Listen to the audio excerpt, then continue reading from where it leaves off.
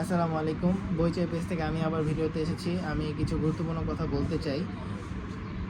অলসতা নিয়ে কিছু বলতে চাই। অলসতা যে মানুষকে এক ধাপ পিছিয়ে রাখে এবং এই অলসতা থেকে মুক্তি পাবার আমি কিছু উপায় কিছু বলতে চাই। প্রথম হলো নিজেকে দোষ দেওয়া বন্ধ করতে হবে আমাদের।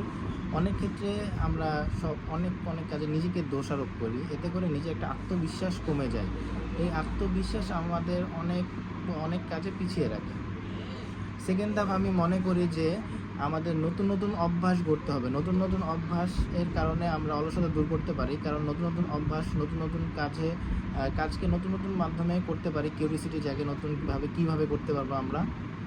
এবং থার্ড স্টেপ আমি মনে করি যে গুরুত্ব এবং প্রয়োজন এই দুটা আমরা যদি আমি ভাগ করতে পারি তাহলে আমরা অলসতা দূর করতে পারবো। কোন কাজটা আমাদের গুরুত্বপূর্ণ, কোন কাজটা আমাদের প্রয়োজনীয়তা, এই দুটা মাধ্যমকে যদি আমরা আলাদা করতে পারি তাহলে আমরা অলসতাকে দূর করতে পারবো। আজকের কাজ আজকেই শেষ করতে হবে, এই প্রবণতা থাকতে হবে আমি মনে করি। কারণ আমরা কাজকে ফেলে রাখি আরেকদিনের জন্য, এতে করে কাজের চাপ বাড়ে, এতে করে অলসতা সৃষ্টি হয়। এবং লাস্ট স্টেপ আমি মনে করি যে কোনো একটা কাজকে সহজে শুরু করতে হবে। আমরা যদি 10 কিলোমিটার দৌড় দিতে চাই, সাপোজ 2 কিলোমিটার 3 কিলোমিটার থেকে সহজে শুরু করতে হবে। তাহলে শুরুটা যেন সহজ হয়, তাহলে এতে করে আমাদের অলসতাটা কমবে। আশা করি বুঝতে পেরেছেন। ধন্যবাদ। আসসালামু আলাইকুম।